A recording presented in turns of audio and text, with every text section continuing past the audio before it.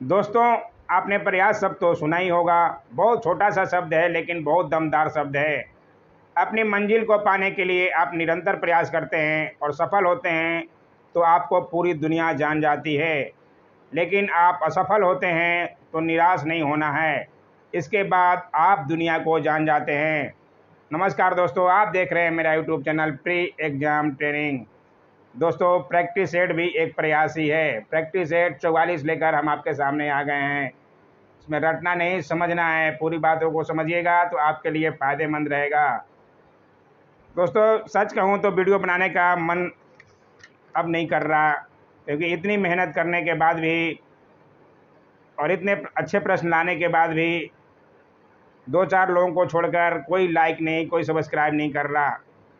एक मेरा कलेजा है जो फ्री में निस्वार्थ भाव से अनजान लोगों के लिए इतनी मेहनत करवाता है, और एक आप लोगों का कलेजा जो लाइक और सब्सक्राइब करने में भी मना करता है। मैं मानता हूँ मेरे पास डिजिटल ब्लैक बोर्ड नहीं है और पढ़ाने के लिए कोई मैडम नहीं है, पर मेरे प्रैक्टिस सेट फ्री का होकर भी सब पर भारी है। आप सब मिला लीजिएगा दूसरे से, उसके बाद आप लाइक और सब्सक्राइब कर लीजिएगा। कोई चिंता नहीं है, 2-4 लड़कों के लिए ही मैं तो बनाऊंगा ही। आज का पहला सवाल है, भारत सरकार ने राष्ट्रगान को कब अधिग्रहित किया था? बहुत अच्छा सवाल है। रविन्द्रनाथ टैगोर के गीत जन गण मन राष्ट्रगान है, सब लोग जानते होंगे। नहीं जानते हैं तो जान जाइए। जन गण मन को संविधान सभा ने भारत के राष्ट्रगान के रूप में 24 जनवरी 1950 को अपनाया था, जिसे कि 26 जनवरी 1950 को गाया गया था। ये सबसे पहले जो है 27 दिसंबर 1911 को भारतीय राष्ट्रीय कांग्रेस के कलकत्ता अधिवेशन में गाया गया था। इसे भी आप ध्यान रखिएगा। इसलिए इसका आंसर जो है 24 जनवरी 1950, 26 जनवरी मत कर दीजिएगा। उससे 2 दिन पहले ही ये अपनाया गया था, अधिग्रहित किया गया था, तो 24 जनवरी 1950। आइए देखें अगला सवाल। 1902 ईस्वी में सिताब दियारा बिहार में किसका जन्म हुआ? बहुत अच्छा सवाल है। सिताब दियारा में किसका जन्म हुआ? सब लोग जानते होंगे। लोकनायक के नाम से उनको जाना जाता था। जयप्रकाश नारायण का जन्म बिहार के सारण जिले के सिताब दियारा नामक स्थान पर 11 अक्टूबर 1902 को हुआ था। और राजेंद्र प्रसाद का भी जन्मदिन अधिकतर पूछता है, ये भी आप ध्यान रखिएगा। राजेंद्र प्रसाद जी का जन्मदिन कहाँ हुआ था? जीरादेई।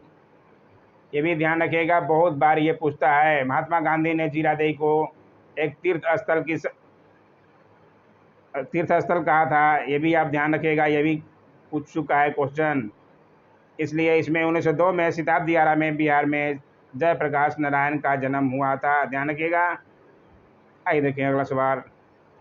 स्लेट किस प्रकार की चट्टान है? ये सवाल भी बहुत दिखा होगा आपको प्रैक्टिस सेटों में। स्लेट रूपांतरित चट्टान का उदाहरण है। रूपांतरित यानी कि कयांतरित चट्टान का अंग्रेजी में अर्थ होता है मेटा, परिवर्तन। ये चट्टान रवेदार हो सकते हैं, परंतु चट्टान में विघटन तथा संयोजन नहीं हो सकता है। इसके अनुसार इसमें ये जो है रूपांतरित चट्टान है। इसके अनुसार आंसर आपका सी हो जाएगा, ध्यान रखिएगा। आइए देखिए अगला सवाल। न्यूनतम एवं अधिकतम तापमान का अंतर निम्न में से किस स्थान पर होगा? न्यूनतम और अधिकतम तापमान का अंतर। चेन्नई, त्रिवेंद्रम, दिल्ली, मुंबई।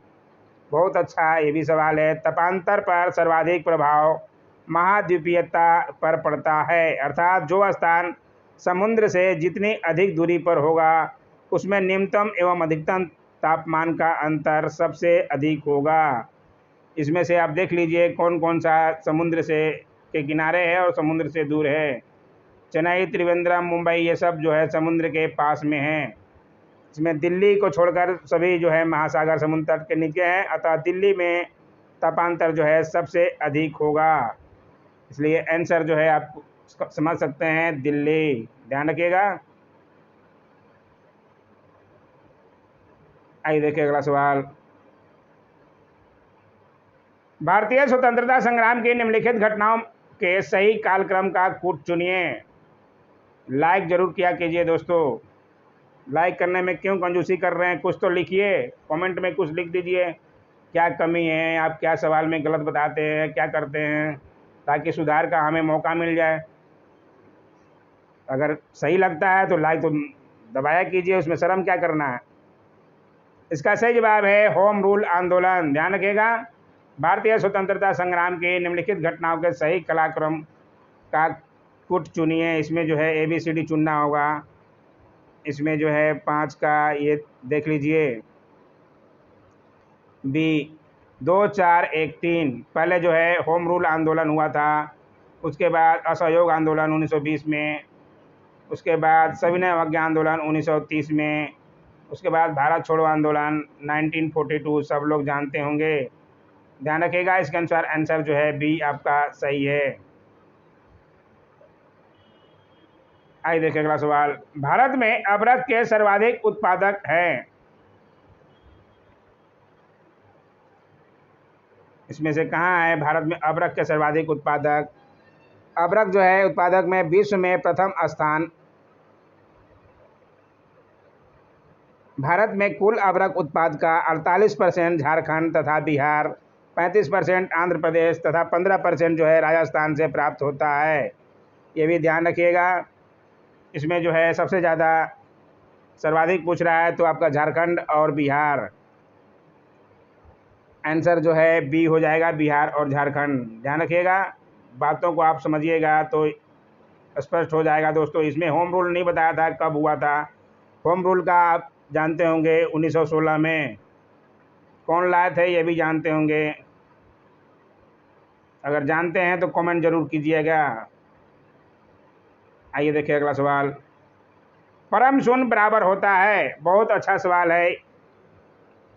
परम शून्य ताप न्यूनतम संभव ताप है तथा इससे नीचे कोई ताप संभव नहीं है। ये पहले भी क्वेश्चन कराया जा चुका है। इसका सही जवाब है माइनस 273.15 डिग्री सेंटीग्रेड। ध्यान रखिएगा। आइए देखिए अगला सवाल। मानव शरीर का समान तापमान कितना होता है? सब लोग जानते होंगे, लेकिन यहाँ सेंटीग्रेड में दिया है। 98.4 डिग्री फ़ारेनहाइट में होता है और सेंटीग्रेड में कितना होता है ये भी सब लोग लगभग जानते होंगे, 37 डिग्री सेंटीग्रेड। ध्यान रखिएगा। आइए देखिए अगला सवाल। नेल्सन मंडेला का जीवन काल था।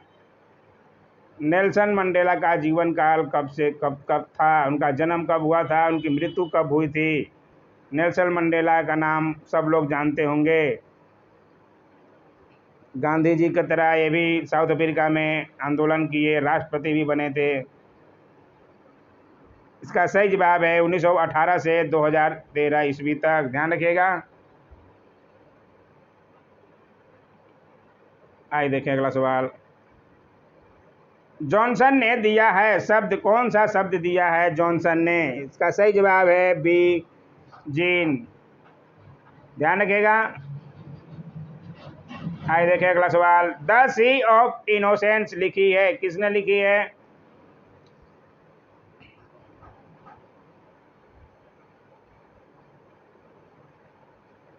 इसके अनुसार सही जवाब है बी किश्वर देसाई। ध्यान रखिएगा। इसमें जो है मासूमियत का सागर नामक पुस्तक की रचना भारतीय लेखिका किश्वर देसाई ने किया है। द सी ऑफ इनोसेंस, मासूमियत का सागर। ध्यान रखिएगा, किश्वर देसाई ने किया है। आइए देखिए अगला सवाल। माय डियर बापू लिखी है, किसने लिखी है माय डियर बापू? ये भी बहुत अच्छा सवाल है। माय डियर बापू नामक पुस्तक की रचना महात्मा गांधी के परपोते गोपाल कृष्ण गांधी ने किया है। गोपाल कृष्ण गोखले मत कर दीजिएगा, गोपाल कृष्ण गांधी ने किया है। इस पुस्तक में चक्रवर्ती राजगोपालाचारी द्वारा महात्मा गांधी को लिखे गए पत्रों का सार संग्रह है। इसलिए सही जवाब ए गोपाल कृष्ण गांधी।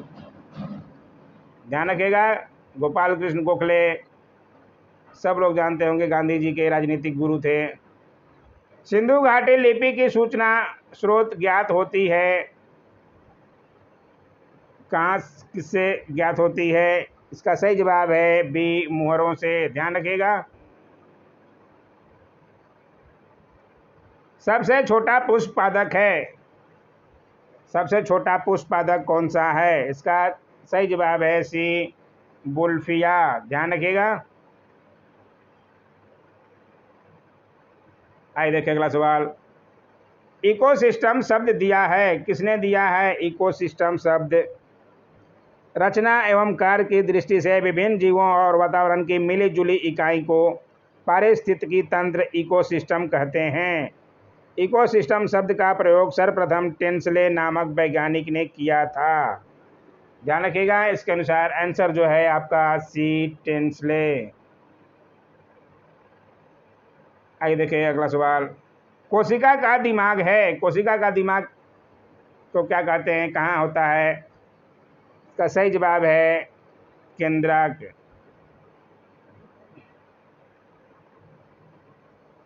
कोशिका यानी कि सेल जीव की सबसे छोटी कार्यात्मक एवं रचनात्मक संरचनात्मक इकाई है।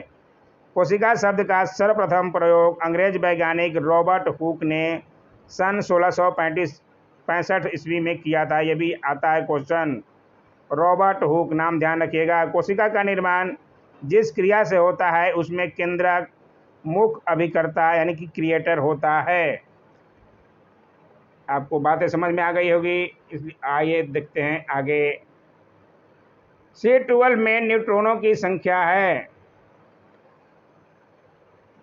C12 में न्यूट्रॉनों की संख्या जो है 6 होता है। आइए देखिए अगला सवाल। मगध की प्रथम राजधानी कौन सी थी? ये भी सवाल कितनी बार आ चुका है प्रैक्टिस सेटों में। इसका सही जवाब है गिरिब्रज राजगिरी। ध्यान रखिएगा, बीपीएससी में अधिकतर बार ये आया है क्वेश्चन।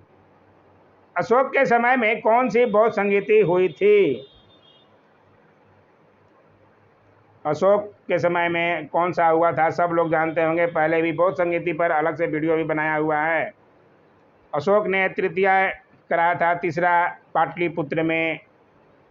ध्यान रखिएगा, नहीं जानते हैं जो लोग नए हैं, जो नहीं जानते हैं जरूर याद कर लें। तीसरा हुआ था अशोक के समय में, पहला, दूसरा, तीसरा, चौथा के बाद सबके बारे में बताया जा चुका है पहले। आइए देखिए अगला सवाल।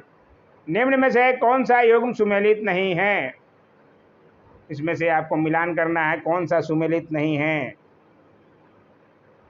ये देखिए, सैंडर्स हत्याकांड कब हुआ था? 1928 ईस्वी में, क्योंकि लाला लाजपत राय को मारे थे सैंडर्स, लाठीचार्ज, उसके बाद लाला लाजपत राय की मृत्यु हो गई थी। और सैंडर्स को किसने मारा था? सब लोग जानते होंगे, भगत सिंह। जनरल डायर हत्याकांड कब हुआ था?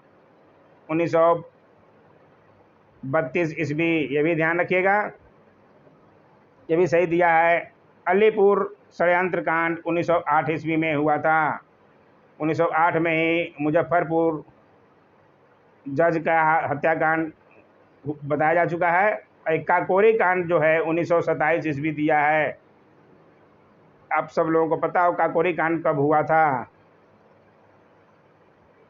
ये जो है 9 अगस्त 1925 को हुआ था, जब रेलगाड़ी से सरकारी खजाना सहारनपुर से लखनऊ की ओर जा रहा था। 1925 ध्यान रखिएगा, उसी को काकोरी कांड का नाम दिया गया है। काकोरी नामक स्टेशन पर लूट लिया गया था। इसमें राम प्रसाद बिस्मिल, असाफ उल्ला खान, रोशन लाल और राजेंद्र लाहिड़ी का नाम आता है। इन पर मुकदमा चला था। देखो, दिसंबर 1927 में फांसी दे दी गई थी। यहाँ पे 1927 दिया है, जबकि ये 1925 में हुआ था। ध्यान रखिएगा, उम्मीद है आप समझ गए होंगे। सुमेलित नहीं है तो ये काकोरी कांड नहीं है। 1927 में तो उनको फांसी हो गई थी। आइए देखिए अगला सवाल। न्यूमेटिक हड्डी एक अभिलक्षण है। इसका सही जवाब है बी, पक्षियों का। ध्यान रखिएगा, सरीसृपों तथा पक्षियों को जोड़ने वाली कड़ी है। कौन सी कड़ी है? सरीसृप तथा पक्षियों को। इसका सही जवाब है ए, आर्कियोप्टेरिक्स। ध्यान रखिएगा, आर्कियोप्टेरिक्स, सरीसृप तथा पक्षियों को जोड़ने वाली कड़ी। आइए देखिए अगला सवाल। मानव शरीर की सबसे बड़ी ग्रंथि है, ये तो सब लोग जानते होंगे।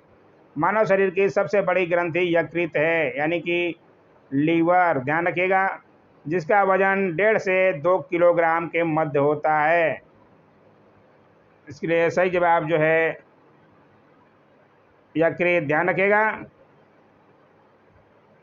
स्वपोषित थैलोफाइटों वाले क्लोरोफिल को क्या कहते हैं? स्वपोषित। शैवालों का वर्गीकरण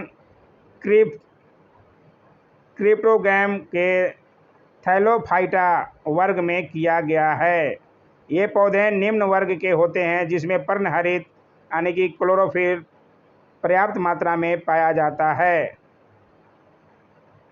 इसमें जो है आपका आंसर हो जाएगा बी, शैवाल। ध्यान रखिएगा। आइए देखिए अगला सवाल। अप्रत्यक्ष कर से क्या आशय है? अप्रत्यक्ष कर से क्या आशय है? इसका सही जवाब है ए, करदाता और सरकार के बीच कर के संदर्भ में कोई सीधा संबंध न हो। ये जो है अप्रत्यक्ष कर का है। ध्यान रखिएगा। आइए देखिए अगला सवाल। किस तत्व के न्यूक्लियस में 2 प्रोटॉन पाए जाते हैं? ये भी बार बार आपसे सवाल पूछता है। किसके न्यूक्लियस में 2 प्रोटॉन पाए जाते हैं? इसका सही जवाब है हीलियम। हीलियम के न्यूक्लियस में 2 प्रोटॉन पाए जाते हैं। ध्यान रखिएगा। आइए देखिए अगला सवाल। सत्यशोधक समाज की स्थापना किसके द्वारा की गई? बहुत अच्छा ये भी सवाल है, बार बार ये भी आता है। बीपीएससी में 65 में ही पूछ चुका है ये। सत्यशोधक समाज की स्थापना ज्योतिबा फूले ने 1873, डेट भी याद रखिएगा, 1873 ईस्वी में महाराष्ट्र में किया था। इसलिए जो है आंसर आपका ज्योतिबा फूले। ध्यान रखिएगा, डेट भी आप ध्यान रखिएगा, 1873 ईस्वी। आइए देखिए अगला सवाल। पुनः वेदों की ओर चलो, यह नारा किसने दिया? यह भी बहुत अच्छा सवाल है। इसका सही जवाब है दयानंद सरस्वती। पहले भी ये क्वेश्चन आ चुका है, लेकिन बहुत ही अच्छा सवाल है, इसे ज़रूर याद करें। आइए देखिए बहुत अच्छे अच्छे सवाल आ रहे हैं। सत्यमेव जयते किस उपनिषद से लिया गया है?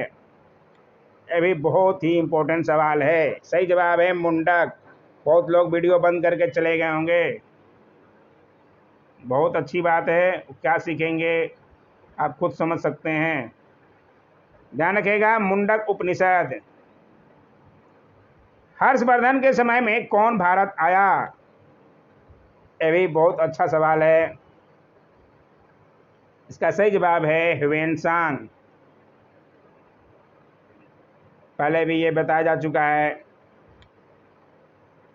महावीर स्वामी का जन्म कहाँ हुआ था?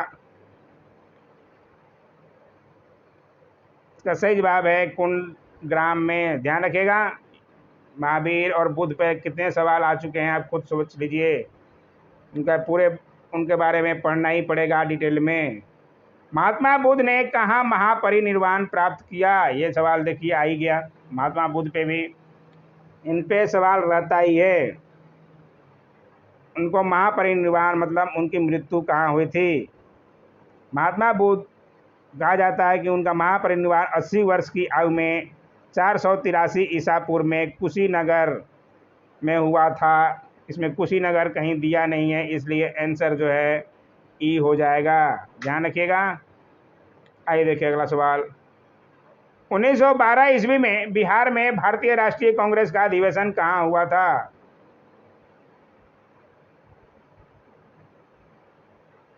भारतीय राष्ट्रीय कांग्रेस का अधिवेशन बिहार में 2 हुआ था। इस पे अधिकतर सवाल बनता है।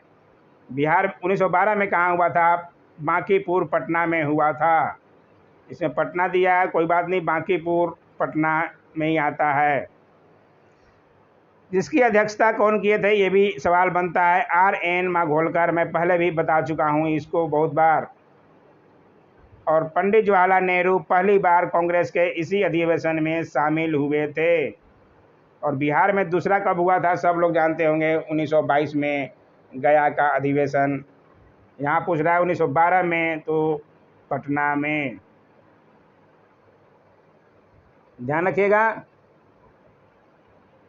आइए देखिए अगला सवाल। मैथिली भाषा को भारतीय संविधान की 8वीं अनुसूची में किस वर्ष सम्मिलित किया गया है? मैथिली भाषा को 8वीं अनुसूची में शामिल किया गया, कब किया गया था?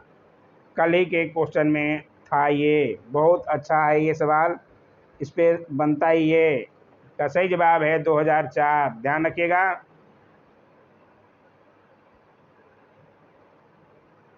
बाईस भाषाएं लगभग हैं, मैं पूरी बात बता दिया था। जगदीशपुर बिहार से के कुंवर सिंह का संबंध है, किससे संबंध है, कौन से विद्रोह से? सब लोग जानते होंगे 1857 ईस्वी के विद्रोह से। ये क्वेश्चन तो कोई भूल ही नहीं सकता, इतनी बार आता है और बीपीएससी में खासकर एक सवाल तो रहता ही है। तो ध्यान रखिएगा, 1857 ईस्वी के विद्रोह से। भोला पासवान शास्त्री बिहार के मुख्यमंत्री रहे, कितनी बार रहे भोला पासवान शास्त्री जी? भोला पासवान शास्त्री कुल 3 बार बिहार के मुख्यमंत्री बने थे। ध्यान रखिएगा। पहली बार जो है 22 मार्च 1968 से 29 जून 1968 तक, 2 महीने के लिए लगभग। और दूसरी बार 22 जून 1969 से 4 जुलाई 1969 तक। और तीसरी बार 2 जून 1971 से 9 जनवरी 1972 तक। इसलिए ये 3 बार ये बने हैं। आप ध्यान रखिएगा, बिहार के एग्ज़ाम के लिए बहुत ही महत्वपूर्ण है। स्टेनलेस स्टील बनाने में लोहे के साथ कौन सी धातु मिलाई जाती है? बहुत अच्छा ये भी सवाल है। इसका सही जवाब है बी, निकेल। ध्यान रखिएगा।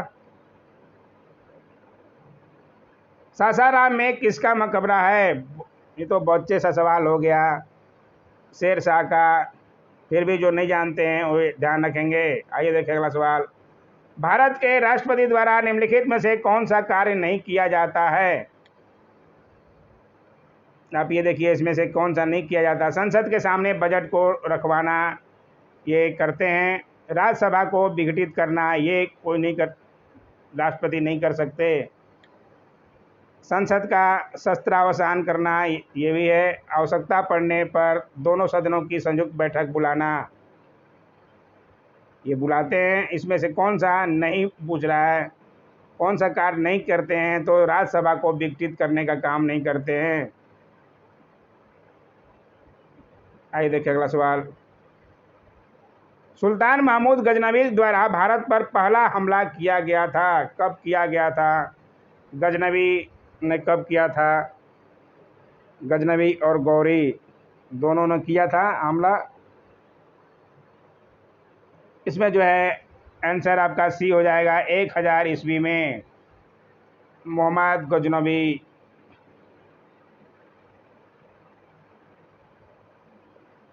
आइए देखिए, इसमें डेट वाइज बता देता हूँ। इस्लाम धर्म के प्रचार और धन प्राप्ति के उद्देश्य से मोहम्मद गजनवी ने भारत पर 17 बार आक्रमण किया था। इलियट के अनुसार ये सारे आक्रमण 1000 से 1026 ईस्वी तक किए गए।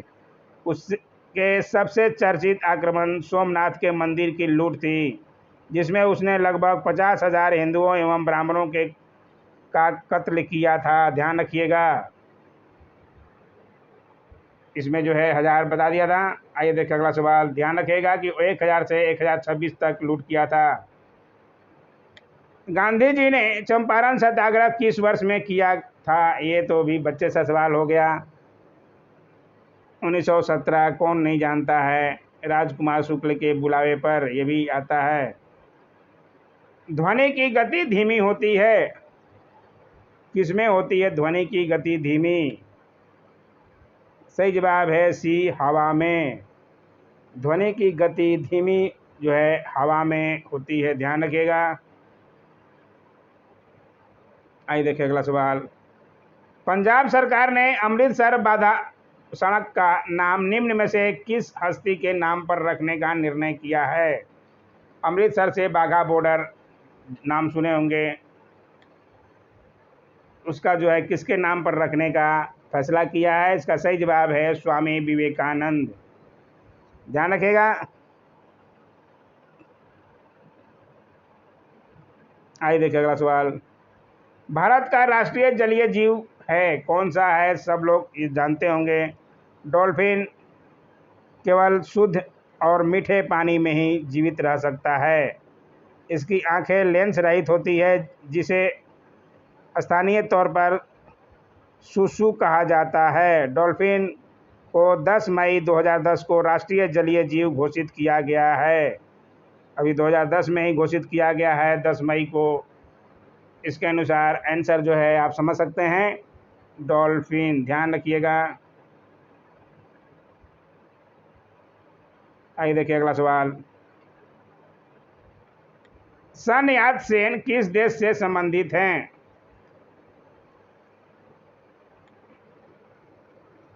इसका सही जवाब है डी, चीन से। नाम ही वैसा है, आप समझ सकते हैं। आइए देखिए अगला सवाल। सन यात सेन कौन है? डॉक्टर सन यात सेन के नेतृत्व में 1911 ईस्वी में चीन में राज क्रांति हुई। 1905 ईस्वी में सन यात सेन ने तुंगमेंग दल की स्थापना की, जिसका उद्देश्य चीन में मंचू वंश की समाप्त करना था। आइए देखिए अगला सवाल। फॉर्मेल्डिहाइड को जिसके उत्पादन में प्रारंभिक पदार्थ के रूप में उपयोग में लाते हैं वह है? फॉर्मेल्डिहाइड का उपयोग जो है जीवाणुनाशक के रूप में फोटोग्राफी की प्लेटों पर जिलेटिन फिल्म को स्थिर रखने, अंडे की सफेदी से वाटर प्रूफ कपड़ा बनाने आदि में किया जाता है। इसलिए इसमें जो है आंसर आपका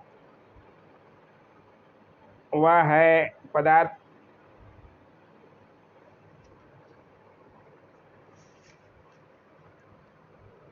ए, बैकेलाइट, ध्यान रखिएगा।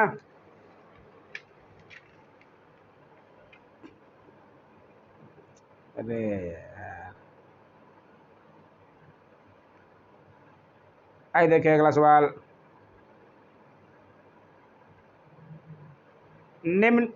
निम्नोक्त में से किसकी नियुक्ति राष्ट्रपति द्वारा नहीं की जाती है? राष्ट्रपति द्वारा किसकी नियुक्ति नहीं की जाती है? बहुत अच्छा ये भी सवाल है। इसमें से राज्यों के राज्यपाल की नियुक्ति राष्ट्रपति द्वारा होती है, सब लोग जानते होंगे। उच्च न्यायालयों के मुख्य एवं अन्य न्यायाधीश, इनकी भी नियुक्ति राष्ट्रपति द्वारा होती है, ये भी सब लोग जानते होंगे। उपराष्ट्रपति की नियुक्ति नहीं होती है राष्ट्रपति द्वारा। सर्वोच्च न्यायालय के मुख्य एवं अन्य न्यायाधीश, इनकी नियुक्ति भी राष्ट्रपति द्वारा होती है। इसमें जो है उपराष्ट्रपति की नियुक्ति राष्ट्रपति नहीं करते हैं। संविधान के अनुच्छेद 63 के अनुसार भारत का एक उपराष्ट्रपति होगा। भारत का उपराष्ट्रपति राज्यसभा का पदेन सभापति होता है। उपराष्ट्रपति राज्यसभा का सदस्य नहीं होता है, अतः इसे मतदान का अधिकार नहीं है, किंतु सभापति के रूप में निर्णायक मत देने का अधिकार उसे प्राप्त है। उपराष्ट्रपति को अपना पद ग्रहण करने से पूर्व राष्ट्रपति अथवा उसके द्वारा नियुक्त किसी व्यक्ति के समक्ष शपथ लेनी पड़ती है। ध्यान रखिएगा, राष्ट्रपति या उसके शपथ लेनी पड़ती है, राष्ट्रपति नहीं दिलाते हैं। इसमें से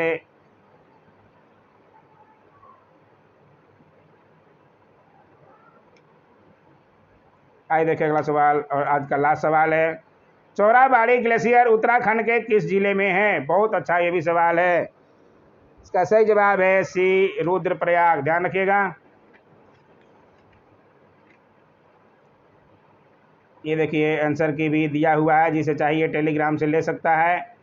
आज का वीडियो आपको कैसा लगा, कुछ ना कुछ सीखने को मिला ही होगा, तो लाइक ज़रूर किया कीजिए, पूरे ग्रुप में शेयर कीजिए और चैनल को सब्सक्राइब नहीं कर रहे हैं कर लीजिए दोस्तों। आज का वीडियो देखने के लिए बहुत बहुत धन्यवाद।